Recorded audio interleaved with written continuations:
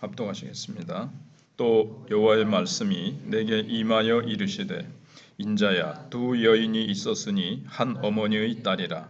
그들이 애굽에서 행음하되 어렸을 때에 행음하여 그들의 유방이 눌리며 그 처녀의 가슴이 어루만져졌나니 그 이름이 형은 오홀라요 아우는 오홀리바라. 그들이 내게 속하여 자녀를 낳았나니 그 이름으로 말하면 오홀라는 사마리아요 오홀리바는 예루살렘이니라. 오홀라가 내게 속하였을 때에 행음하여 그가 연애하는 자 곧 그의 이웃 아수르 사람을 사모하였나니 그들은 다 자색 옷을 입은 고관과 감독이요 준수한 청년이요 말 타는 자들이라.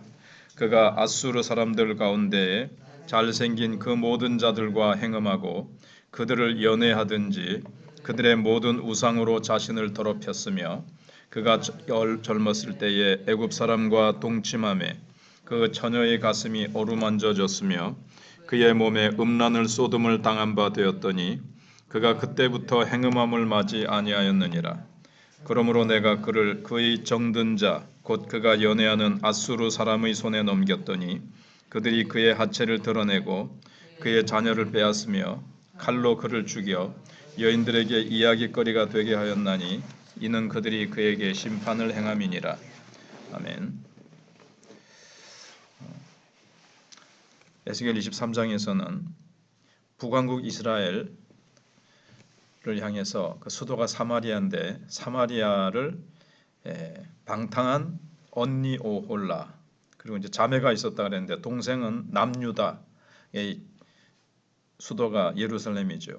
예루살렘을 오홀리바라고 하는 또 그 여동생으로 비유를 해서 그들의 이 우상 숭배와 세상 욕심을 쫓아서 살아가는 것을 음행한다고 하나님을 향해서 하나님이 남편이시고 하나님과 언약을 맺었는데 다른 나라의 힘을 빌리고 다른 나라를 사랑하는 모습을 하나님께서 간음을 행하는 것으로 비유를 하시고 있다는 것을 먼저 우리가 알 필요가 있습니다.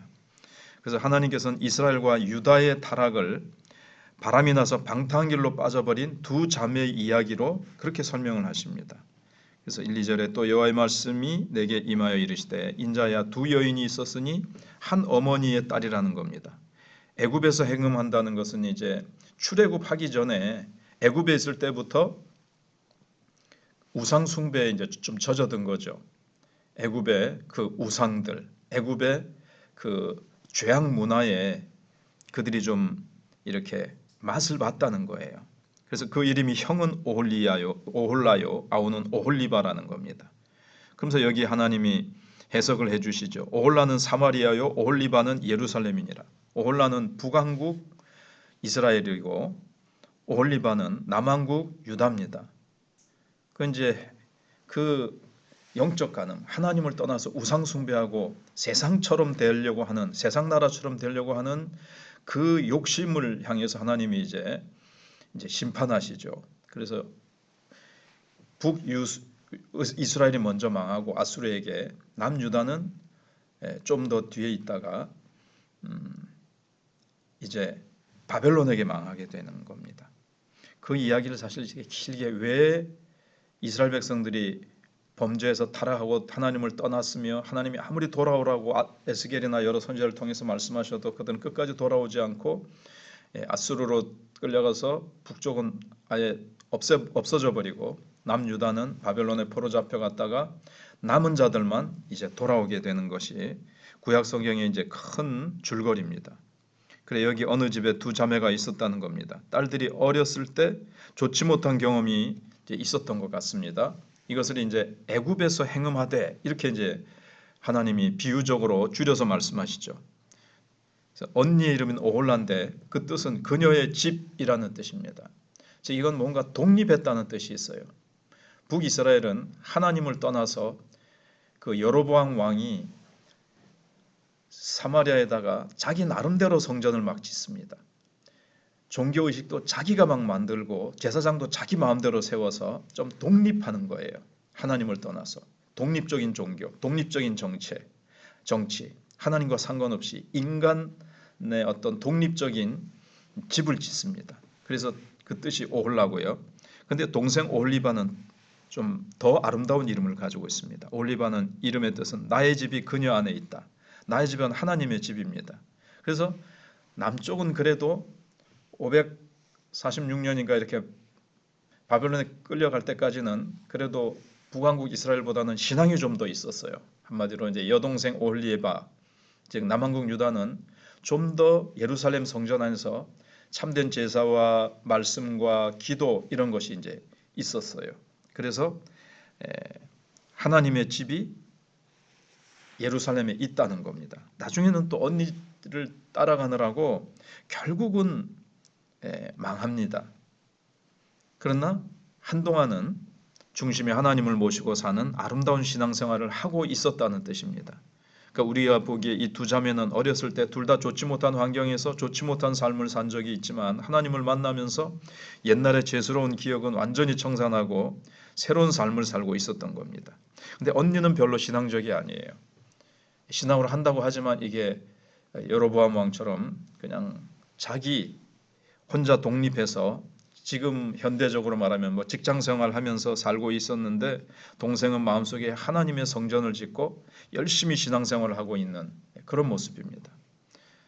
언니는 그냥 형식적인 신앙생활하고 세상 직장 생활하면서 뭐 좋은 거 세상 거 다 취하고 이런 언니고, 동생은 아직까지 신앙생활을 뜨겁고 아직 열심히 하고 있는 그런 상태입니다. 근데 이 두 자매는 둘 다 시한폭탄을 가지고 있습니다. 애굽에서 죄를 맛봤다는 거죠. 예수 믿기 전에 그 방탕한 생활로 빠져버릴 수가 있는 죄성이 항상 안에 잠재되어 있는 겁니다. 그동안 하나님의 이제 출애굽해서, 그러니까 출애굽 전을 우리로 치면 예수 믿기 전이죠. 출애굽해서 하나님의 은혜를 맛봤습니다. 그래서 그 은혜 가운데 이제 지켜주셨지만 언제든지 애굽의 옛날 생활로 이제 돌아갈 수 있는 가능성이 이제 있는 겁니다. 그걸 이제 보여주고 있습니다. 분위기라든가 어떤 사람이 와서 막 유혹하고 주변에 막 세상 사람들이 잘난 척하고 이럴 때 나도 저렇게 해볼까 하는 그런 위험성이 이제 있다는 거죠. 그래서 모든 신자들도 이 땅에 사는 동안 몸을 가지고 있기 때문에 우리의 잠재의식 속에 애굽의 타락한 본성이 이렇게 잠재되어 있다는 겁니다. 죄의 본성이. 어떻게 보면 이 멸망의 죄성이 언제든지 우리 속에 깊은 곳에 이제 아직 남아 있어요. 그래서 이것을 항상 조심하면서 신앙생활을 해야 됩니다. 우리가 조심하기만 하면 성령을 쫓아서 살고 성령의 인도하심을 따라서 살면 이제 되는데, 하나님이 지켜주시고 하나님이 지켜주심을 딱 따르면서 가면 되는데 성령의 인도하심을 따르지 않고 육을 쫓아서 살아가면 이제 영적으로 아주 비참한 낭떠러지로 떨어지게 되는 겁니다. 이게 이제 오홀라와 오홀리바가 그렇게 된 거죠. 북이스라엘과 남유다가 한쪽은 아수르를, 한쪽은 바벨론을 쫓아가고 또 애굽을 쫓아가는 바람에 이제 이렇게 된 겁니다. 그래서 먼저 언니가 조심을 하지 않았어요. 모세와 여호수아가 그렇게 주의를 줬는데도, 그래서 언니가 먼저 방탕의 길로 가는데 5, 6절에 오홀라가 내게 속하였을 때 행음하여 그가 연애하는 자고 그의 이웃 아수르 사람을 사모하였느니 그들은 다 자색 옷을 입은 고관과 감독이요 준수한 청년이요 말 타는 자들이라. 그러니까 아수르의 그 뛰어난 세상 문명, 막 말을 타고 멋지게 막 광야를 달리고 탁 서고 막 칼을 휘두르고 그다음에 옷도 멋지게 입고, 그러니까 세상 헛되고 죄악된 이 문화, 문명 이런 것들을 이제 그리워하게 되는 겁니다. 하나님의 말씀과 하나님의 은혜, 하나님이 주신 이 율법, 귀중한 율법은 쾌쾌 묵은 것 같이 보이고 저 세상에 앞서 나가는 선진 문물인 것 같이 보이는데 하나님 없이 허무한 그런 것들이죠. 그래서 거기에 이제 그걸 사모하고 세상 화려한 것들을 사모하면서 거기에 이제 따라가고 싶어서 거기에 이제 동화돼 버립니다. 그걸 막 받아들이는 것을 이제 음란한 행위를 했다고 하나님께서 이렇게 성적인 표현을 가지고 이제 하는 겁니다. 그래서 5절로 8절에 그렇게 되어 있습니다. 그래서 북쪽 이스라엘을 말한다고 말씀을 드렸죠. 그래서 이스라엘의 가장 치명적인 문제가 이방인을 사모한 거예요. 세상을 사모한 거예요. 세상 사람들처럼 저렇게 잘 먹고 잘 살고 멋지게, 예.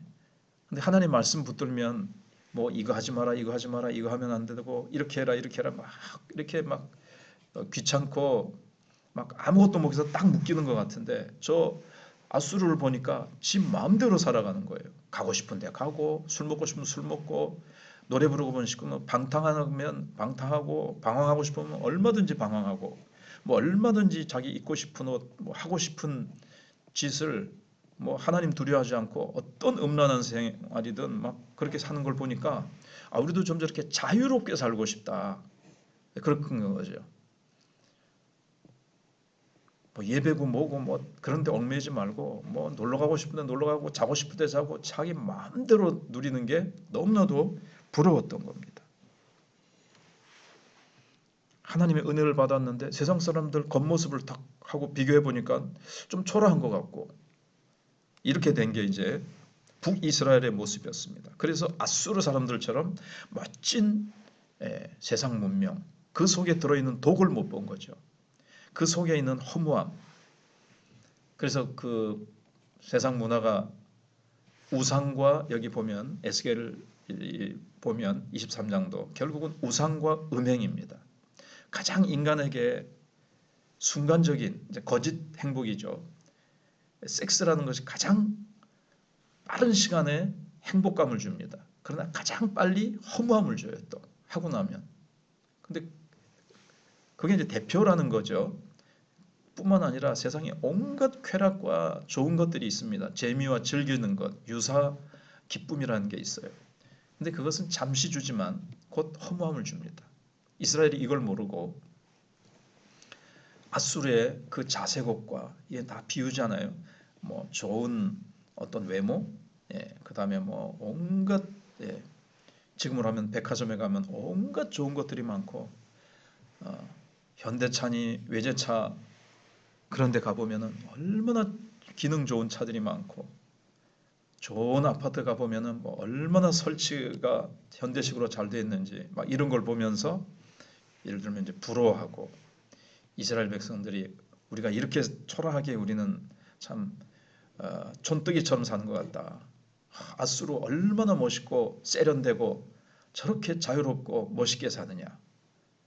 우상도 마음대로, 신도 뭐 여호와만 섬기는 게 아니라 뭐 이런 신 저런 신 마음대로 자기 마음대로 할 수 있고, 우상을 통해서 자신들의 꿈을 마음대로 펼칠 수 있을 것 같고. 그래서 이제 이스라엘이라는 이 오홀라라는 언니가 먼저 아수르를 사모하다가 그 하나님과 하나님의 말씀을 버리고, 앞에 나왔던 것처럼 하나님과의 줄을 끊어버리고 아수르에 동화돼 버리고, 아수르의 문명을 막 받아들이고, 아수르의 온갖 우상, 음란한 그 죄악 문화를 다 받아들여서 타락해 버리고, 그들처럼 부자가 되기 위해서 이웃을 압제하고 착취하고, 그렇게 마음껏 또 성전 안에다가 외국에 있는 모든 우상들을 갖다가 성전에 갖다 놓아서 혼합주의가 돼버린 거죠. 지금 기독교도 많은 어떤 교단들은 벌써 WCC도 등장을 하고, 이 여러 가지 다원 종교, 이런 것들을 이제 받아들이는 이제 무서운 시대가 됐는데, 우리는 정말 여호와 하나님만 섬기고 예수 그리스도만 믿고, 우리가 세상을 부러워하지 말고, 우리가 정말 주님의 말씀이 얼마나 귀한지, 그리고 그 나라와 그 의를 먼저 구하면 하나님은 이런 복들은, 아수르가 가지고 있는 복들은 그냥 뒤에 따라오는 복입니다. 우리는 진짜 복, 하나님이 주시는 이 말씀의 은혜, 성령의 은혜, 기도의 은혜를 붙잡고 우리가 늘 하나님 축복 속에 살면 하나님께서 우리에게 필요한 것들을 다 채워주실 것이고, 우리는 하나님이 주시는 복에 만족하고 다른 세상과 비교하면서 우리가 욕심 부리지 않고 믿음으로 살아가는 저와 여러분들이 되시기를 바랍니다. 기도하겠습니다.